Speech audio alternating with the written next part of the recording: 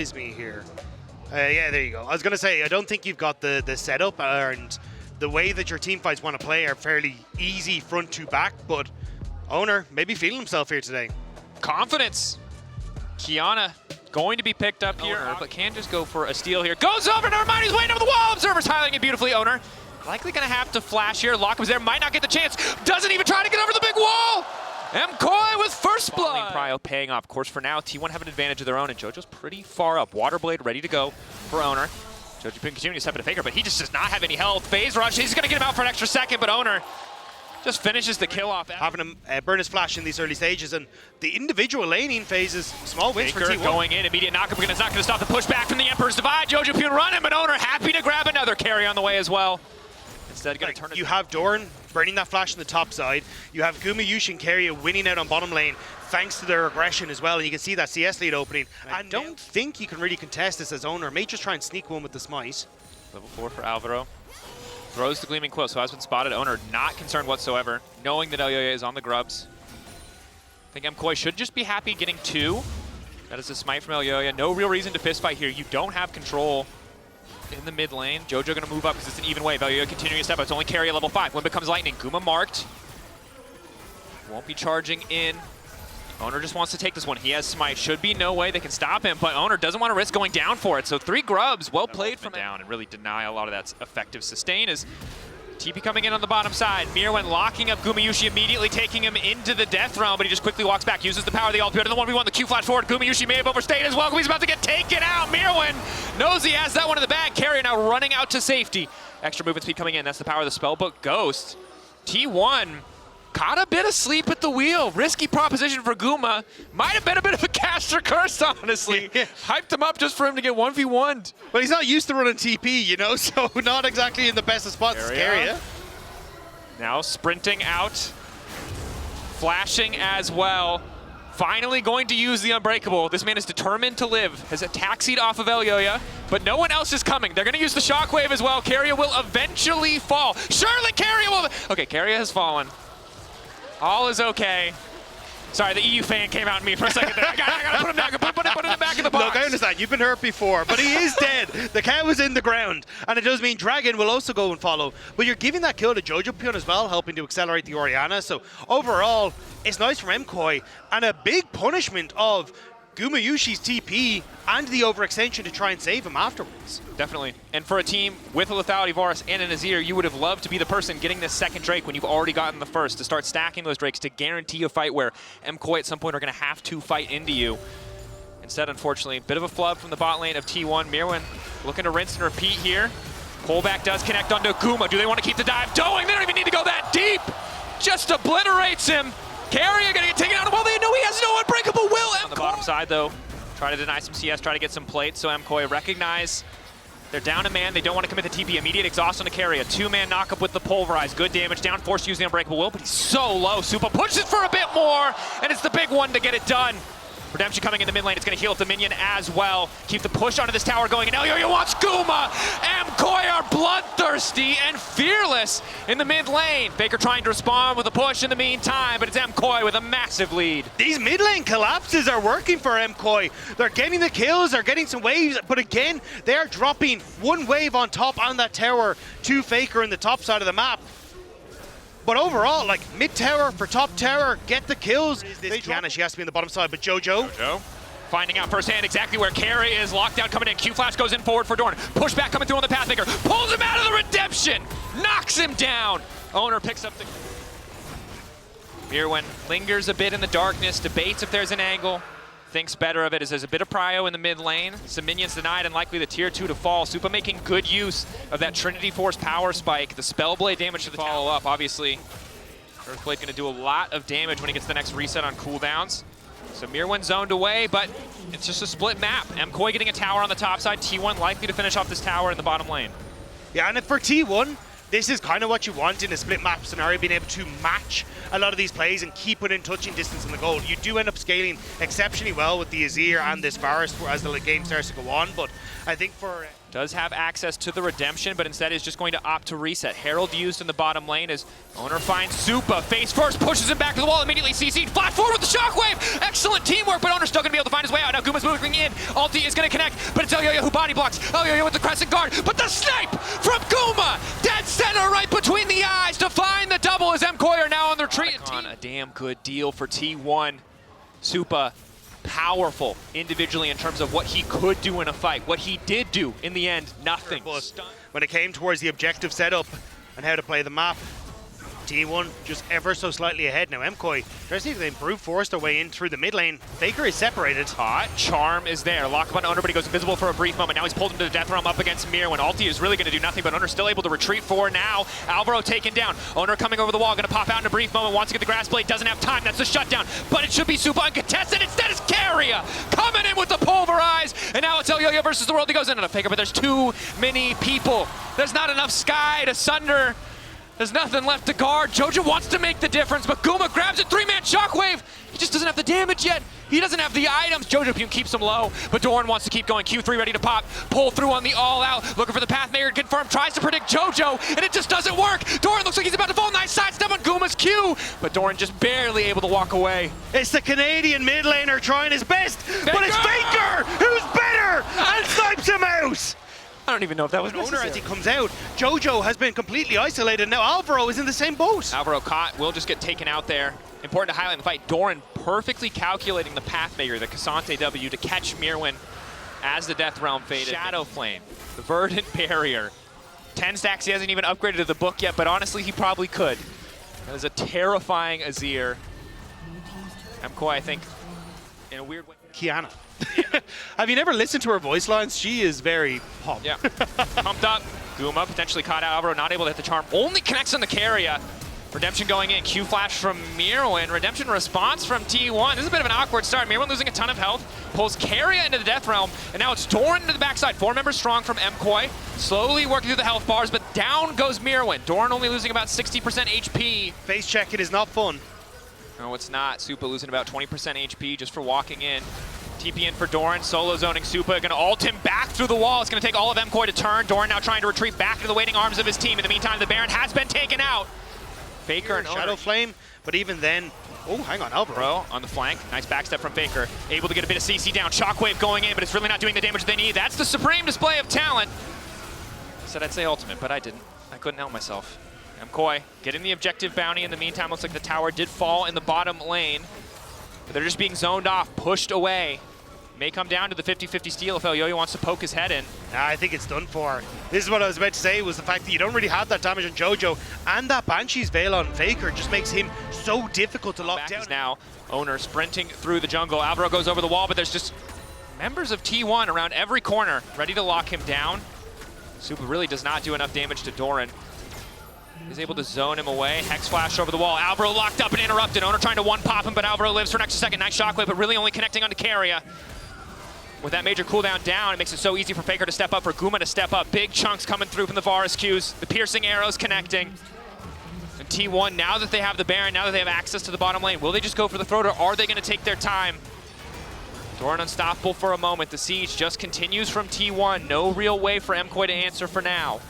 Yeah, the Gatling gun pressure. TP back out onto the map on both top and bot, but or top and mid, but is this something? TP? Faker feels good because he has a death cap, and oh god, he wants to use it! Redemption going in! That looks completely insane, but my man, did he do the math? That was a display of talent. That was some damage from Faker on that play. MKOI kicked to the curb after that. The brief moment where they thought they might do something. Oh, Faker's just gonna kill everybody by himself. All right, we've learned that the best player of all time's most played champion might be worth taking away. We might have learned it before, other teams might have learned it before, but MKOI relearning this particular lesson. Very happy that Fearless exists in this series if you're MKOI, because you do not want to go up against that again. As T1 will siege down the Nexus turrets. The waves aren't here, but the poke can be. Yep. Guma just continues to free fire. One wave coming in on the top side, likely the end here. MKOI, some good looks in that mid game, some good picks, some good angles on a T1's bottom line. As Alvaro gets things kicked off on the Faker. Nice initial bit of damage, but he comes out relatively unscathed. A lot of cooldowns missing. Redemption to get the health bars back up. Alvaro needs to backstep. Big damage. Doran going on stop for a moment. Q3 pulls him back through. Elio in the midst of everything, but Doran getting lower. The tower not quite enough. Supreme to wave. Talent coming in. Owner still standing for an extra second. I think they've overstayed a bit, but it just doesn't matter because they're not hitting Faker, and he's got more than enough damage to finish the job. The super minions are here too. It is long, it is drawn out, it is only getting more difficult, but Doran remains standing, T1 remains standing. They've only lost Karia. The Nexus exposed. The defender's advantage is not really looking like an advantage. Finally gonna end the game, Rob. They took their sweet time. They wanted a couple extra kills. The icing on top of this game one cake. Faker looking for another, the double to finish it. T1 coming in hot. Do a ton of damage, but doesn't have the range safety of something like a Jinx or even, honestly, the Azir that we saw last game. So what will the final option be here? It's Vayne. Okay. Okay. And you know, I honestly, you have to respect it. Ward to spot it exactly what Elio and Alvaro are up to, because this is what I was talking about. Like, this duo of both Braum and Trundle, incredibly strong on the invade if they can start getting some of those auto attacks down. Supa has recognized that fist fighting is the solution. Who's going to get it? That's the third stack. Knockback on Guma. Flash forward auto in the 1v1. Supa comes out on top. The Vayne dueling power is so strong, and even with the barrier, Gumayushi isn't able to match Supa. Early first blood for MKOI. And again, that's part of the reason why we've seen this matchup before. In the 5v5, Sivir can be a powerhouse, but in the 1v1, Vayne so strong here early on. MKOI now looking to keep that advantage going, but it looks like T1 may have caught them out. Double knockup coming in for Doran. Owner now on the chase. Elio needs to get the hell out. Mirwan not doing much to interrupt. Double flashes. Elio trying to get fancy with the footwork, but it's not nearly enough. Concussive blows continuing to stack, but Mirwan now needs to leave as well. Flash over the wall to safety, but Karia immediately falls with the Zenith Blade. Now it's Alvaro knocked up. The solo on the top side immediately counteracted by T1 in the bottom lane.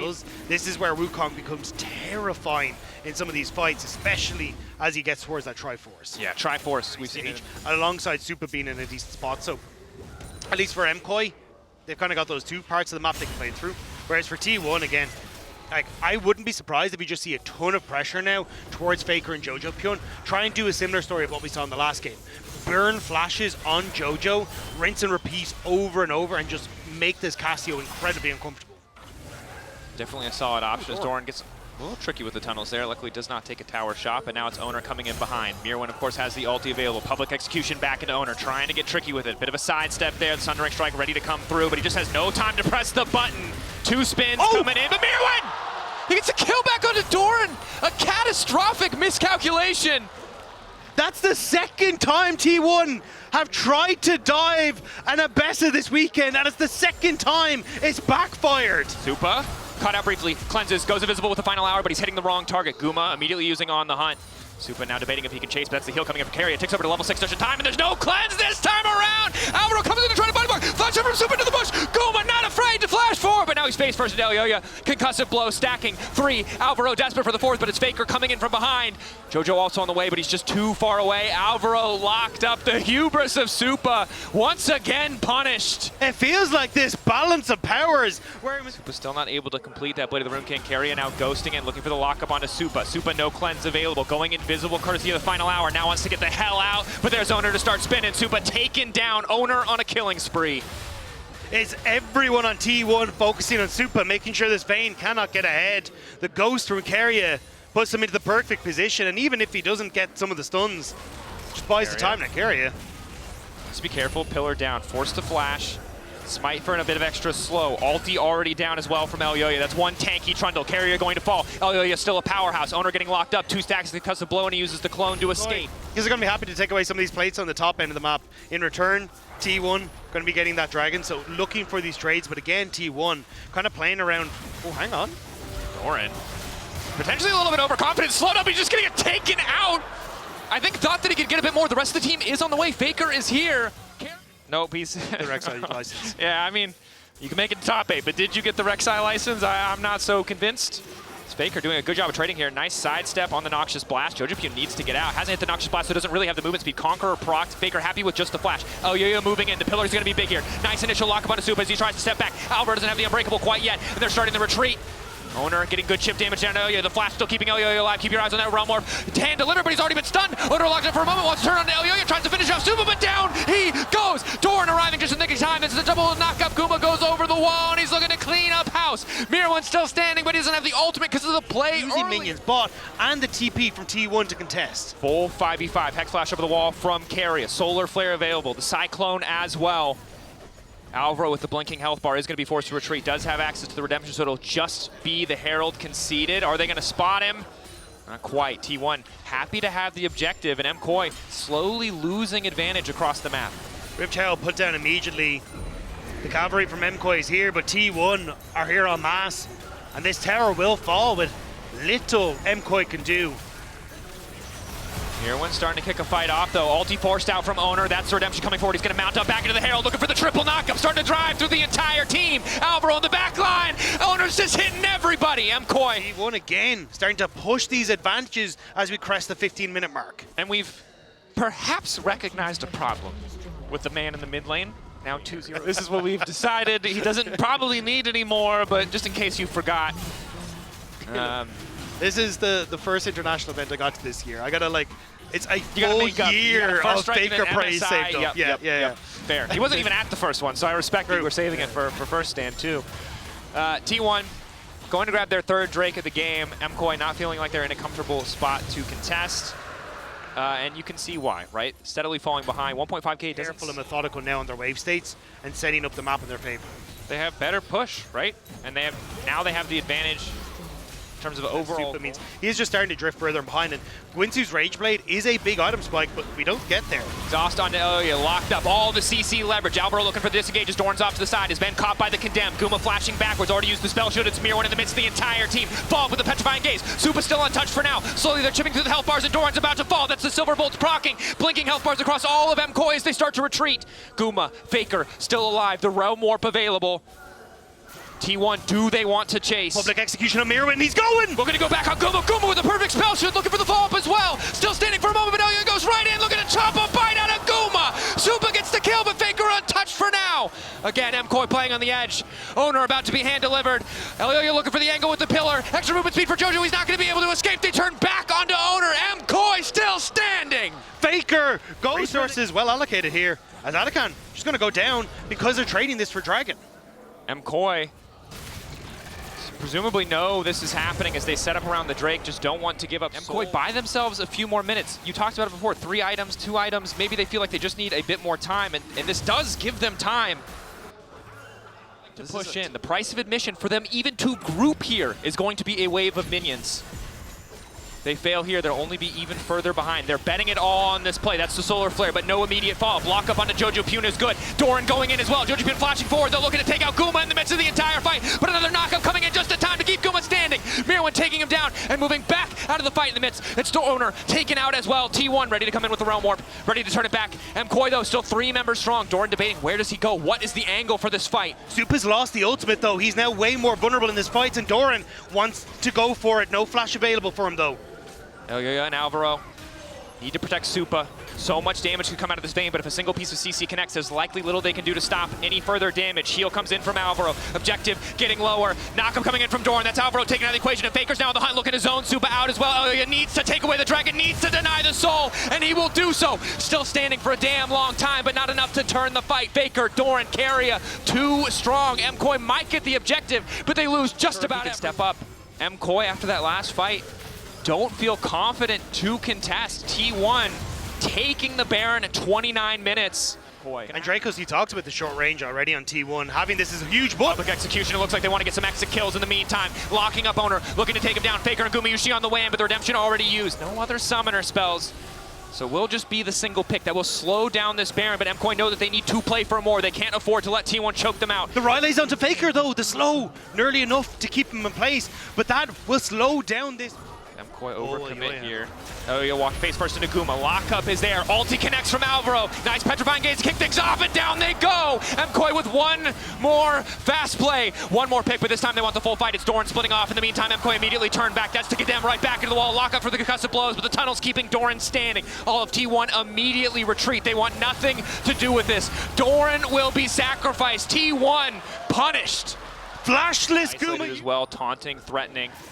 Trying to distract the members of MKOI. Flash forward from Jojo, completely whiffs. Owner immediately turns right back. Alvaro tries to find the disengage. Lock up on Guma, does not come through. Mirwan cannot find the angle. Supa still standing for now. Knock back into the wall is good, but Owner wants to take down the bait. He doesn't quite have the damage. Supa still standing, but the rest of MKOI are starting to fall. He splits back into Mirwan. Tumble back into the back line. Knock up from Doran. One more ferocious bite, but the Gadam says not today. Supa standing, but here comes Faker. Faker finishes off Supa and holds the game for T1 in his hands. It looked like Supa might have been able to hold it, but now with the Dragon Soul in T1's favor, what looked like desperation in the fight may just crumble before them. Control ward in the pit though, MKOI didn't take it away, so it means T1 know that they have the time to play slow, to ease into this. Faker flashing forward, trying to get more out of Jojopyun. Jojopyun taking his time. The Petrifying Gaze only going to connect onto Owner. Immediate exhaust to follow up. Doran looking for the knockup as well. And just now, Supa's finally able to join the fight. The Realm Warp going to bring only a few minions in, but that's a clutch pick for T1. MKOI separated as they try to contest the mid-wave while keeping their approach on Baron free. And T1 pounce. That was exactly what they needed in the moment. And just like that, T1 are getting objective after objective. Just that bit of difference. They burned so many cooldowns in the setup, but once they get that pick, full confidence descendant on the objective. T1 on the precipice of taking the series. MKOI, the cusp of elimination. Have to hold the line. Doran very quickly making his way through that middle turret. The Demolish doing work as T1 just letting the minions do the work for them on the bottom lane. There is no one that can really approach these waves, and that wave clear is abysmal on MKOI's side. That it is. Everyone trying to contest Doran, but again, the tunnels are set up. He's not even going to use it if he doesn't have to. Another inhibitor tower falling, likely 2 inhibitors to follow. There is a wave amassing on the top side. MKOI Worlds starting to sneak away from them as T1 continue to put a stranglehold in this game. Supa walking up stun initially onto Owner, does still have access to the GA. Double ultis, both supports trading. To find one fight that can fall into another, that can maybe get that domino going in their favor. Once more into the abyss, once more from Movistar. Koi, Owner locked up for a brief moment, on the hunt used. MKOI retreating back to the river, but unbreakable down for Alvaro already. Oh yeah, isolated. 5 members grouped for MKOI. Super minions in the base as MKOI start the Elder. They need to find this fight now and quickly. TP there for Doran, and he's immediately going to use it to go to the base. He wants to threaten the back door. MKOI don't have great tools to respond to this. T1 just need to keep the pressure on, and Doran will end the game. Owner with the knockup to keep things going. Carrier there as well. Rise with the Realm Warp. It's Faker and Guma alongside Doran to try to end it all. Mirwan doing his best to hold the line. TP coming in for Jojopyun. They're not going to be able to cancel it. Mirwan, Jojopyun, they need to make this work. They don't have the angle. Guma with a perfect spell shield is still going to remain standing. T1 move on to the top 8 at Worlds 2025. MKOI are sent packing. Hey, yeah, thank you so much for joining me after this one. I'm sorry we have to meet in these circumstances, but talking about this series, talking about your preparation and everything, we know that when it comes to T1 especially, it's only going to come down to details. We saw that in game. What do you think you guys were missing today from the draft, and what happened in game? Yeah, I mean, I think game 1, we were lacking some, not sure what to say, if it was confidence or, I'm not really sure. As of right now, I think we were in a really good position. But again, when the Atakan came, we struggled for this sequence. They got some good picks. They got Atakan. Then the next fight, I mean, we got, yeah, I think, yeah, we misplayed overall. So mostly I think it came up to details today. So, yeah. It's crazy because you say confidence. I feel like you had that confidence, especially coming into this game too, especially with this Vayne pick, with the aggression that you guys have been able to put in game. Looking back at the Worlds run that you had overall, what do you think you could have done better as a team?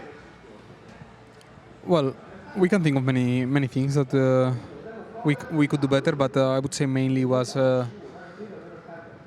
the mid-game sequence. I think around Atakan, around these moments, we struggled in the game into KT, in the game into G2 we also did, in the game into T1 today.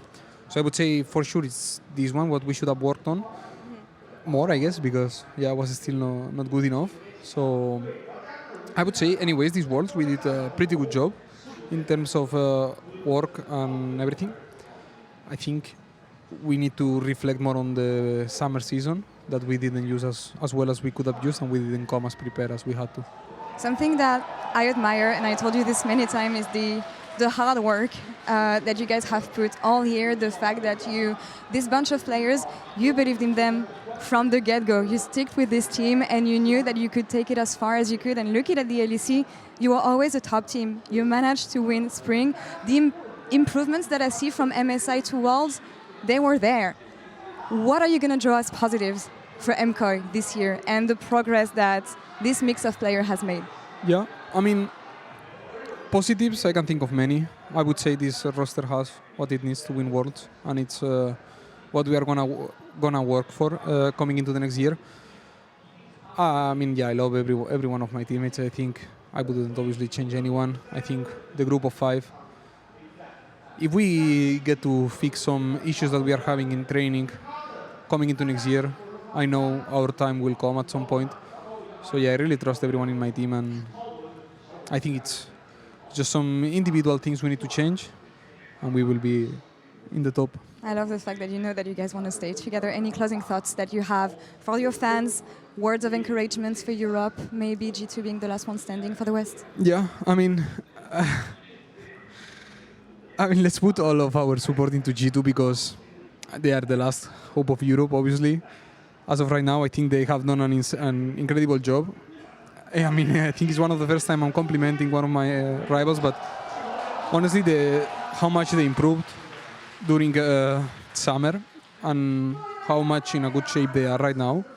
Even Skumont, I think, coming from a rookie level he has right now, it's pretty mind-blowing. So yeah, I would say do as good as you can and make Europe proud.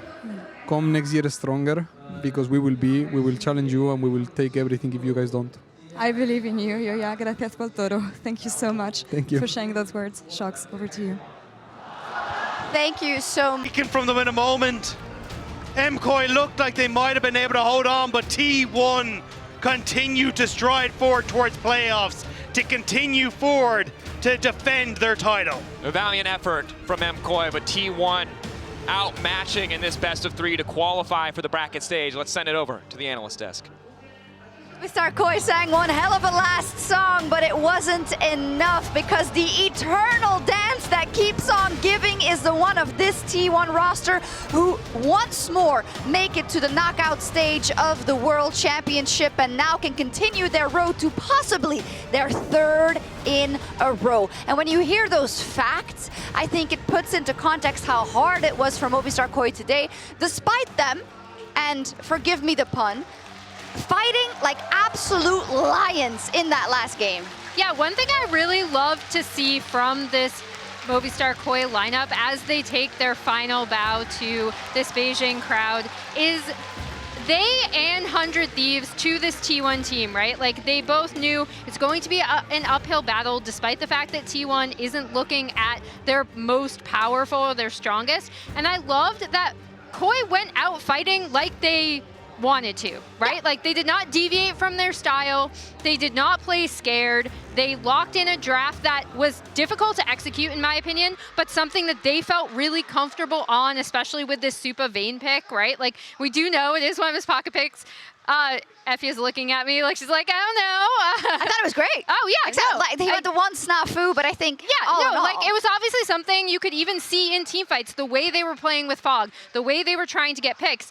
It's difficult to execute, but they went out fighting and they went out playing their style, and I really enjoyed that. I absolutely did as well, but on the other end is, of course, the fact that T1 had complete control of all the objectives, of everything on the map, of all the dragons, of all, like, practically everything. And I feel like you make it very difficult for yourself if you put all your eggs in the basket of, we're gonna win that big team fight. You just have to take a look at the rest of the map, and you cannot make any mistakes. Yeah, T1 put me in a really awkward position here because compared to domestically and even what we saw at MSI, I think we're still seeing a lot of the issues for this team that have plagued them, I think, in the later end of summer, right? T1 summer is a meme for a reason. But then they also just keep winning. So it leaves me in the unfortunate position of, like, what does this really mean? For T1, going into quarters, I don't know. I have no idea. Oh, this if we team see just, that HLE match, it just would be keeps so spicy. happening. Yes, but you know what remains the same?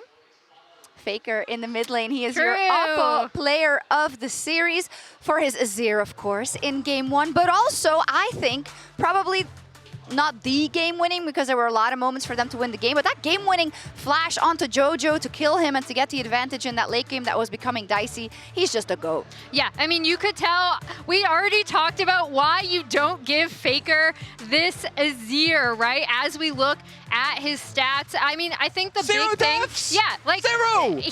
This Rise was also so good at repositioning, because you have a comp from MKOI who wants to separate, who wants to make picks, right? And get you down with the Casio, get you down with the Vayne. His repositioning on this Rise, like, you're reminded as to how comfortable he is with this pick, why it's a signature pick for him alongside these here. He didn't die. He didn't die. Look, Rise is deceptively tanky. I don't know what to tell you. Deceptively.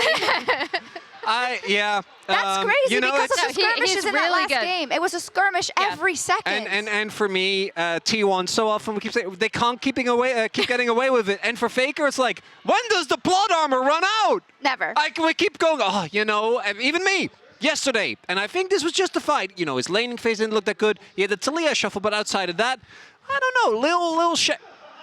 And then he has the undisputed, best performance of anyone, I think, on the Rift today. It's crazy. 13-0-14 in a The series. plot armor at this point is just an accessory. come on, then he has the man. World Championship rings as well, some MVPs in his backpack.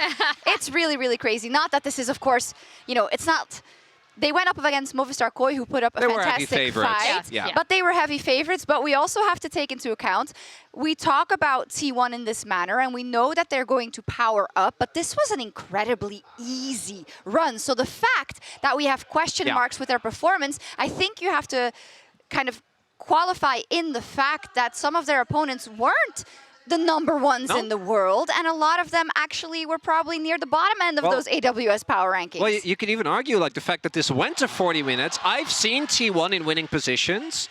They normally don't struggle this much. If you've watched this team domestically, you will know they are one of the teams. The saying is Gen G, you know, you don't really get to play the game, but you just kind of sit there and you watch the game happen in front of you. T1, they will chain dive you, and as soon as they get a lead, they are the most impressive team by a far, far margin in the region. And that, I think, we're still not seeing that form, right? And that is why, if you are an LCK watcher, I think there's still the trepidation, but the results don't lie, right? They are back at quarters again. Are you worried about Doran? Extremely, yeah. Because Doran, unfortunately, as we all know, I think actually had a solid MSI, had a really good ramp up to MSI. I think is also one of the big reasons why T1 is even in the position that they were in the first place, because domestically, he was their rock. But I was really hoping that we would get, you know, one of the flashes, or like one of the moments that we've seen have really plagued this player internationally. But it hasn't passed yet, and it needs to pass going into quarters, because against a lot of the teams, you do not get away with some of the plays, like going in on the top dive, or a top, was it Bot, 1v2? Yeah. Yeah. On yeah, Ambessa again. Again, Ambessa, annoying. Yeah. We are getting ready also to hear from, I believe, Elyoya later, so that gives us a chance to kind of close off the chapter on Movistar KOI and their year. And if we reprise their year, they had a wonderful championship that they won back in spring. They had things that they left on the Rift internationally, and I think they're going to feel similarly here, because the draw before this for them then, conversely, was actually not as difficult as it could have been, and I don't think they will be too happy with that. And I wonder what they're going to say, because there are glimpses of things that are great about this team, but there are also, unfortunately, mistakes that they do keep on making. And I think it goes back to that KT series. That, to me, was the one game where you just so very clearly felt like they were the ones that were in full control, and they weren't able to make it happen. Okay, I believe I do see the interview getting set up, ready for that. And I think it's always amazing when the players after a loss are willing to kind of talk to us as we take, to close out the series, a look at this post-game breakdown. I gotta say, there was a big cheer from the audience for that, I think, 8,000 damage fight by Supa. Like, the crowd was, you know, they're Uzi lovers probably, and he played Vayne, so that has something to do with it. But yeah, Sovereign for T1. Yeah, I mean, I think the other thing coming out of KOI, again, this is a really difficult composition to execute, and I do want to give them credit for, again, knowing where they wanted to try to make those picks. I do think that's actually another reason why it took a little bit longer for T1 to close this out, is because they were really looking to try to ambush. So, I mean, sad to see them go, but we'll see what T1 can do towards the future knockouts. in the quarterfinals. Yes, very sad for Movistar KOI indeed, and I do believe that Lore is now standing by with Elyoya in the Verizon post-game interview.